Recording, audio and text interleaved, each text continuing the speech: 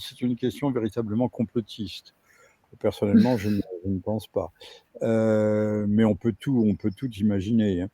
Non, le mise en scène, non, parce qu'il y a un calendrier qui est là, il y a les Jeux olympiques, et ça tombe extraordinairement mal. Et si en plus l'image de la France dégrade à vitesse immensément grand V, donc c'est une tuile de plus. Encore une fois, il faut dire comme que le bouffon de l'Élysée, je sais pas, le bouffon élyséen, on va dire. Mais là, c'est peut-être un peu osé de dire des choses pareilles. Tout ce qu'il touche se transforme en merde. Alors, il y a eu un référendum qui n'était pas d'initiative populaire en Nouvelle-Calédonie il y a peu de temps, c'était à l'automne dernier, je crois, et pour la troisième fois, les néo-calédoniens, dans leur ensemble, s'étaient prononcés pour le maintien dans la République française. Alors, je trouve qu'il était indécent de faire, il y en a eu un, deux, trois, c'était prévu peut-être par les accords de Paris, après l'affaire de la grotte d'Ouvéa, mais c'était quand même indécent. On est pour, on est contre. Voilà. D'autant que ceux qui ont voté étaient aussi des Kanaks. Il y a au moins trois composantes. Il y a les quatre composantes, ou trois, voilà. Les Européens composaient des métros, ceux qui viennent de métropole, c'est-à-dire de la France hexagonale. Ceux qui sont des Caldoches, qui sont là depuis un siècle, 2 siècles, voire 2 siècles presque, ou plus, qui sont là. Il y a les Wallisiens, qui sont des archipels polynésiens proches, mais je crois que ce sont les Wallisiens sont également des Mélanésiens. Et puis, il y a les Kanaks. Donc, beaucoup de Kanaks ont voté en faveur de ce maintien dans la France. D'ailleurs, c'eût été un scandale que la Nouvelle-Calédonie nous abandonne, parce que la Nouvelle-Calédonie nous coûte cher. Avec nos impôts, nous payons tous les droits sociaux, toutes les rétributions que l'État français, vache à lait extrêmement généreuse, distribue à tout va. Alors, je vais terminer là-dessus, puis vous allez me faire rebondir. Certains Kanaks se rendent bien compte que l'indépendance serait une pure folie. Pure folie. Maintenant, j'introduirai une nuance ce que personne ne fait, c'est que quand on parle des Kanaks, ça ne veut pas dire grand-chose, puisque ces gens sont eux-mêmes divisés en tribus.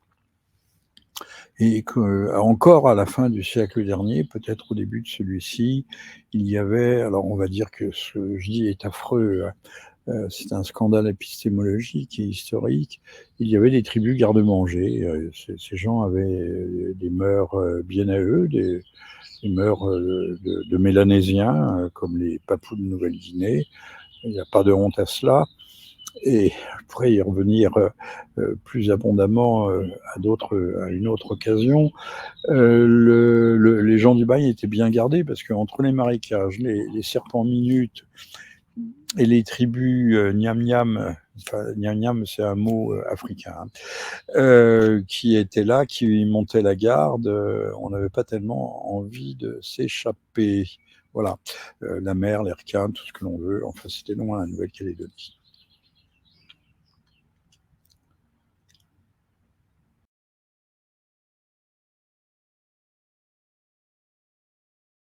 Alors, il n'y a pas de genèse de la situation. J'entendais une vieille andouille, il me pardonnera, c'est très bon l'andouille. Monsieur Bilguer, un ancien magistrat retraité qui maintenant œuvre pour CNews. Et il nous parlait des Kanaks et de l'humiliation. Leur humiliation. Ils sont humiliés de quoi? Ils ont exactement les mêmes droits que les Français. Les mêmes droits. Ils sont français, ils ont les mêmes droits. La République n'exerce pas véritablement de discrimination.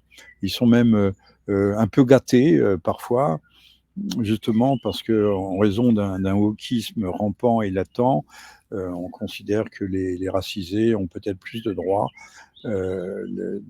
que les Français. Alors, colons, colonisés, encore une fois, je dis, c'était quand même une terra incognita, la Nouvelle-Calédonie. C'était une terre vierge où on s'entrebouffait gaiement. Mais il ne faut pas le dire hein, aujourd'hui. Puis je pense que les traces maintenant sont plus difficiles, de plus en plus difficiles à trouver. Surtout Google fait bien le ménage, veille bien.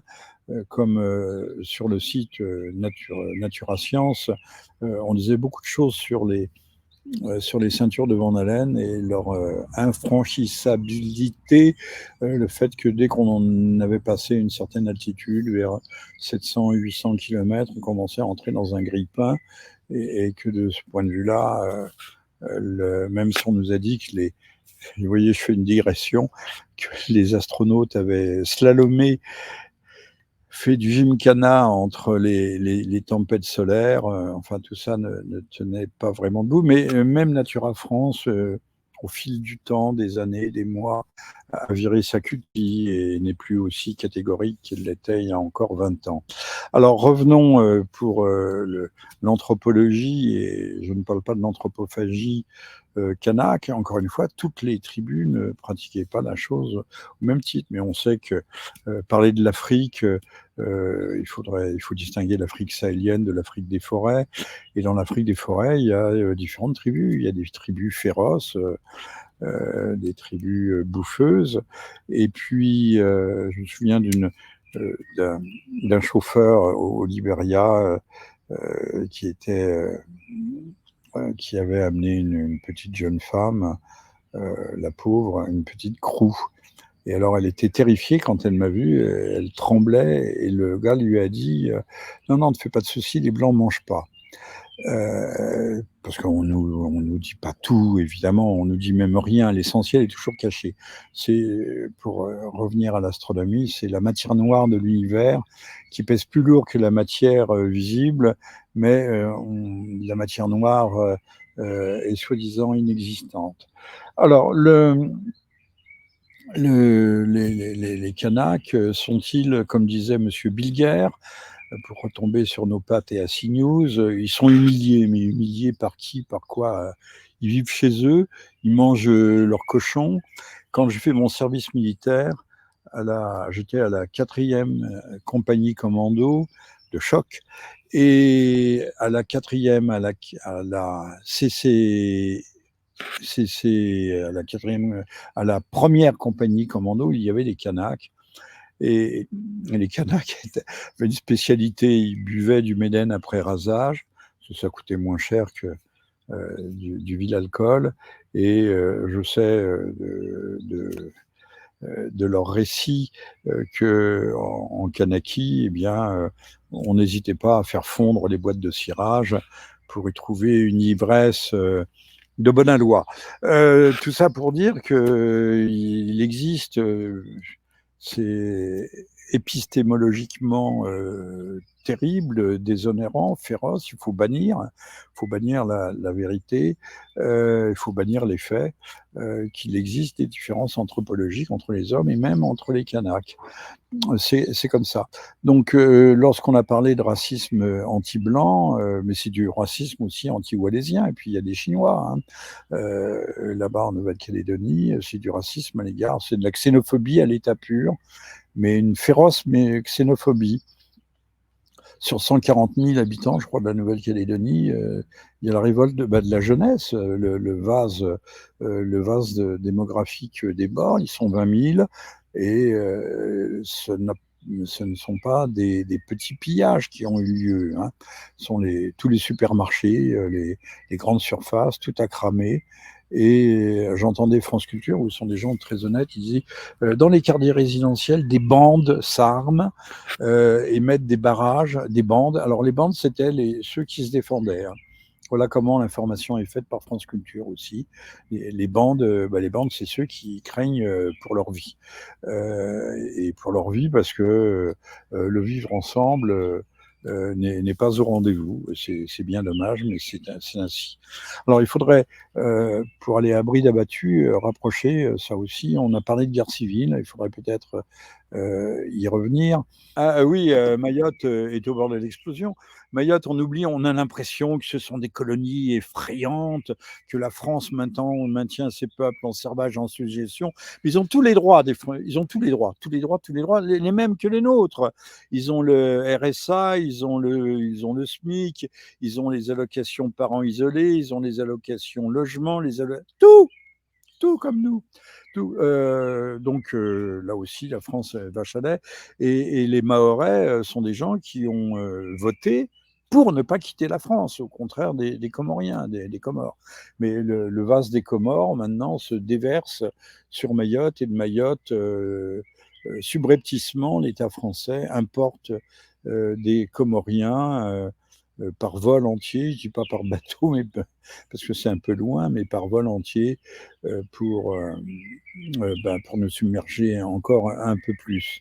Alors, Monsieur Macron, je ne réitérerai pas le qualificatif que je lui ai attribué précédemment, était désolé par le résultat du troisième référendum. Il aurait voulu, je pense il veut vraiment dépecer la France, le démanteler, se débarrasser de notre force de dissuasion nucléaire. Euh, Comme il s'est débarrassé d'Alstom, comme il va se débarrasser de ci ou de ça. Et, et donc, si quelqu'un parle d'humiliation, ce sont les Français qui sont humiliés par M. Macron. Il voulait se débarrasser de la Nouvelle-Calédonie. Et puis la Nouvelle-Calédonie, il faut quand même bien s'en rendre compte, excite les appétits. Les appétits, là aussi, tout aussi féroces que les tribus qui exerçaient leur droit de préemption sur les tribus garde-manger, c'est-à-dire sur les autres. Et alors, on a parlé beaucoup de l'Azerbaïdjan, ça paraît extravagant, mais enfin, il paraît que l'Azerbaïdjan, alors, de qui est-il le relais? On sait que les liens entre l'État hébreu et l'Azerbaïdjan sont très forts. Est-ce un moyen de pression indirecte sur la France pour la tenir en laisse? Les Azerbaïdjanais, les Azéris ont comme grief que nous entretenions de bons rapports avec l'Arménie, on a essayé, M. Macron, de se mêler des affaires arméniennes, mais il en est bien incapable. Il est vrai qu'électoralement, la communauté arménienne pèse lourd en France, hein, c'est 600, 700 000 même si elle est moins bruyante que telle ou telle autre communauté, elle est bien présente. Alors, il y a les Chinois. Ben, les Chinois guignent sur la Nouvelle-Calédonie, et pas que. Il y a l'Australie, la Nouvelle-Zélande. Il y a une zone maritime exclusive, une zone économique exclusive qui est extrêmement importante. Peut-être y aura-t-il sur ce qu'il y a de plateau continental là-bas. Je ne sais pas s'il y en a beaucoup. Hein. C'est sans doute très profond. Des nodules polymétalliques, mais en tout cas, il y a déjà du nickel. Aujourd'hui, les cours du nickel sont bas, mais ils sont bas parce qu'il y a des spéculations, notamment peut-être de la part de la Chine. Mais la bagnole électrique va doper la consommation de nickel. C'est tout à fait imaginable et même c'est plus que probable.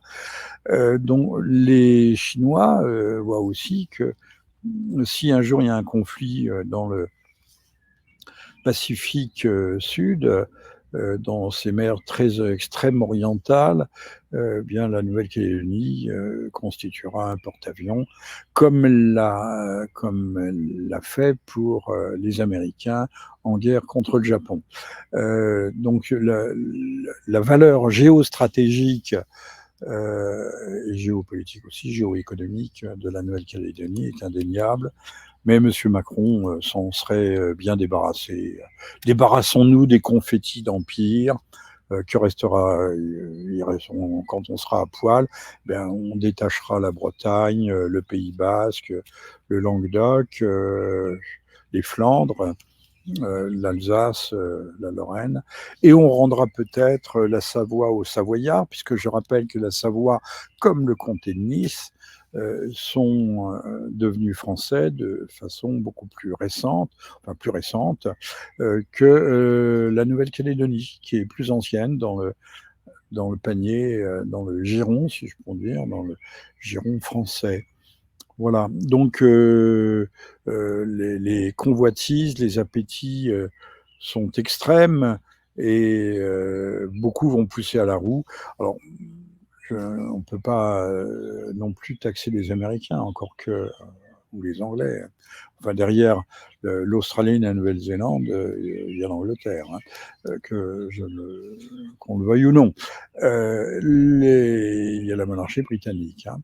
C'est le Commonwealth, la puissance commune, c'est-à-dire les débris d'empire, mais qui fonctionne contrairement à notre francophonie à nous.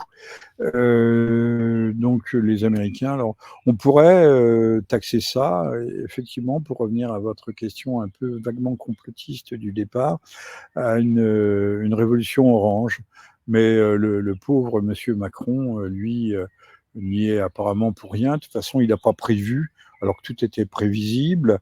On a des bandes de voyous, ça rappelle les émeutes du printemps dernier, enfin du mois de juin, du début de l'été dernier en France, à la suite du décès malheureux du jeune délinquant Naël, multirécidiviste.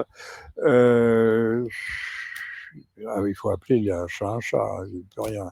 Naël, gamin de 16 ans, sans permis de conduire, évidemment sans assurance, au volant d'une voiture qui valait 80 000 euros, je crois, et qui était immatriculée en Pologne.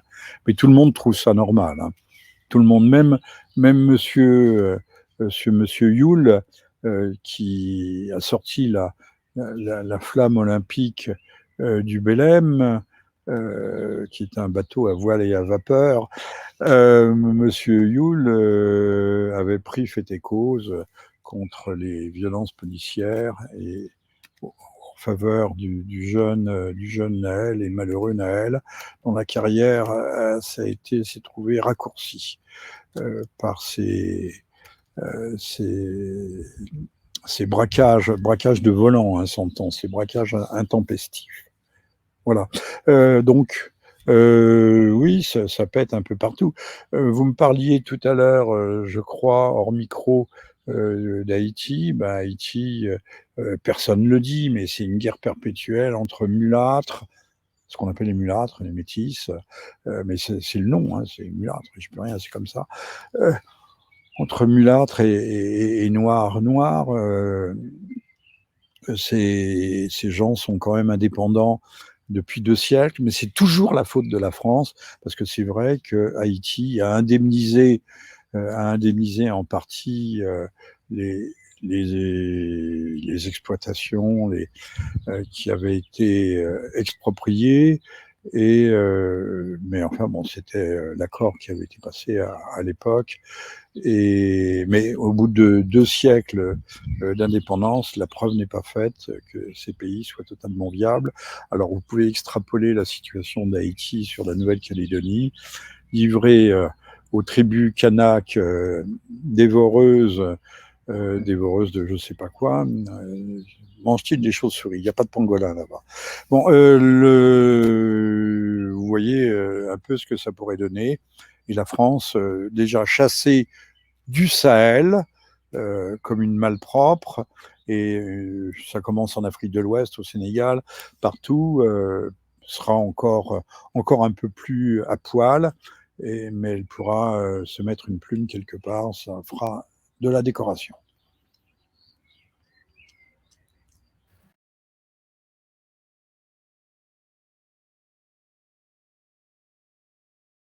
Alors, l'avenir de la crise, ça se calme parce que les gamins sont fatigués. C'est pas comme dans la crise de Noël, la crise des banlieues qui a été quand même terrible, hein. Ça a coûté un milliard, 1 milliard, je ne sais combien d'écoles, de gymnases, ont brûlé. Enfin, ça se compte par centaines, 1 milliard de dégâts à peu près. Mais là, il y avait les dealers, c'est-à-dire les petits narcotrafiquants, les redistributeurs de chouf, de schnouf. Chouf, c'est regarder. De schnouf avait sifflé la fin de la partie parce qu'il fallait préserver de bonnes conditions pour le commerce.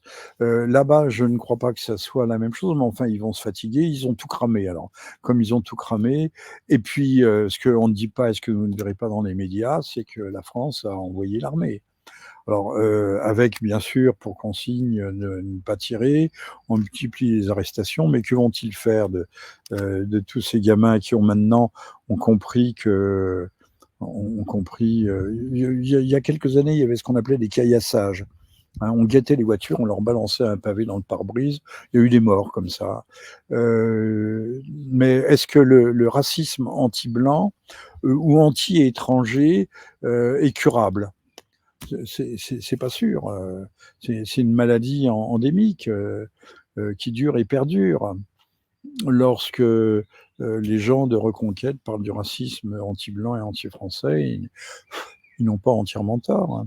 La lutte des classes est à la base une lutte raciale. C'est ce nous avait expliqué l'historien Augustin Thierry, et qui pensait que l'aristocratie était d'origine franque, en tout cas germanique, pour la plus grande partie, et que les gallo-romains, alpins, à tête ronde, à tête ceci, et pas de lycocéphaux, s'étaient révoltés contre leurs anciens maîtres. Comme quoi, ça court, le fleuve de l'histoire court. Hegel parlait de la vieille tour, mais le fleuve de l'histoire coule sous la surface, et se retrouve là où on n'attend pas. Marx, j'achève là-dessus, s'était inspiré d'ailleurs de cette lutte des races, pour peaufiner sa théorie de la lutte des classes.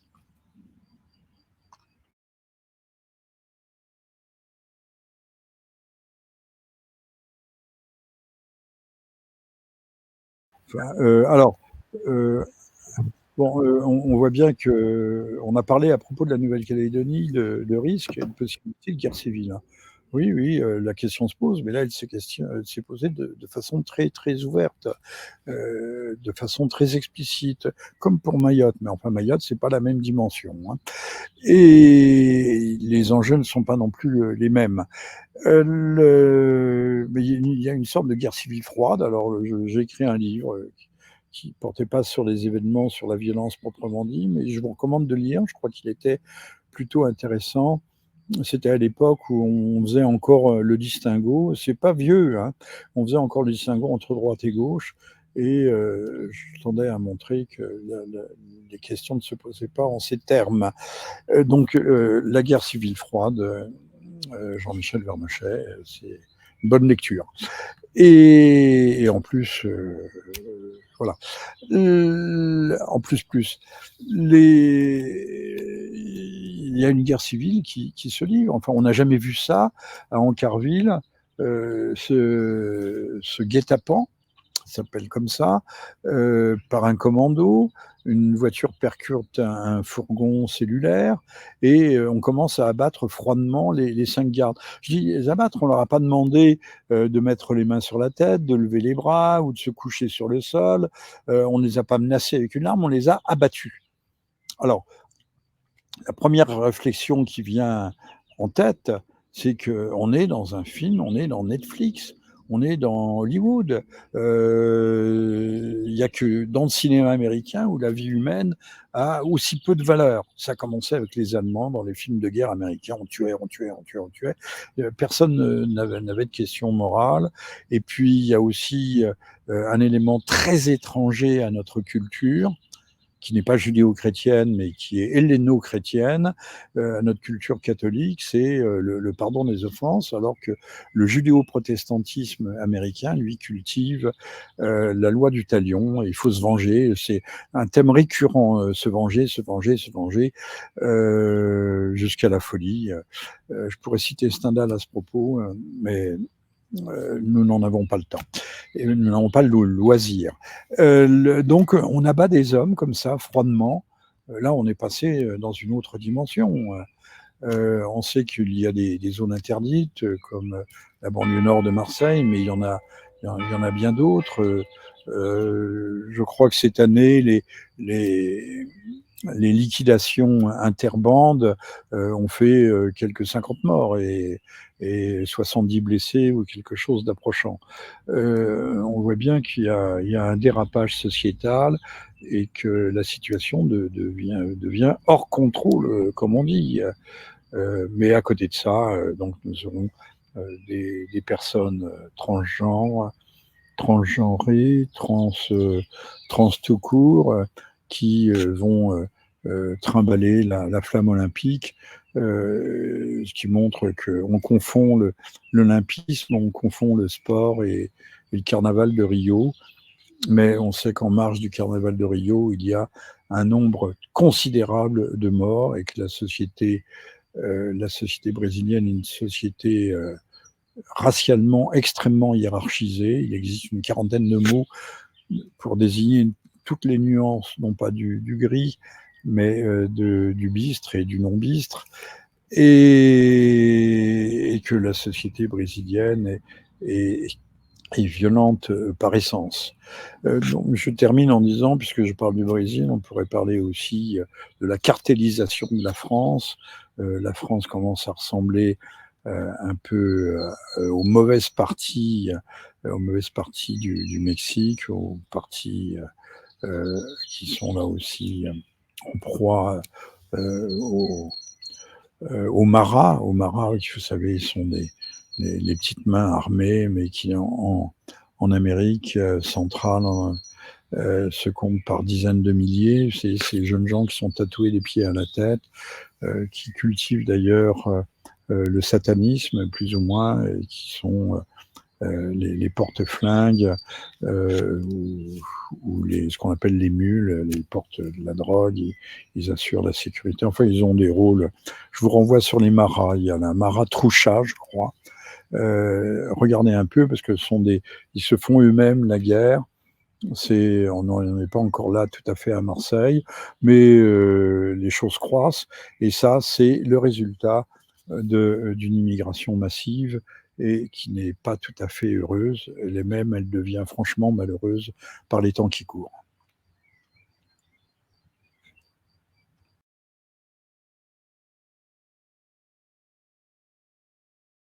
Alors, nous sommes au bord des européennes, mais on sait bien que de toute façon, normalement,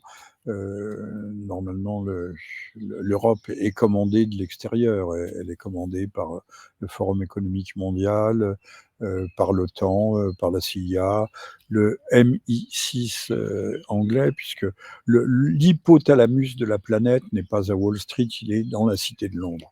Il faut le dire, les Anglais sont restés, enfin les Anglais, la partie cosmopolitique de l'Angleterre qui est concentrée dans la Cité de Londres et qui gère toutes les finances de la planète, ou presque.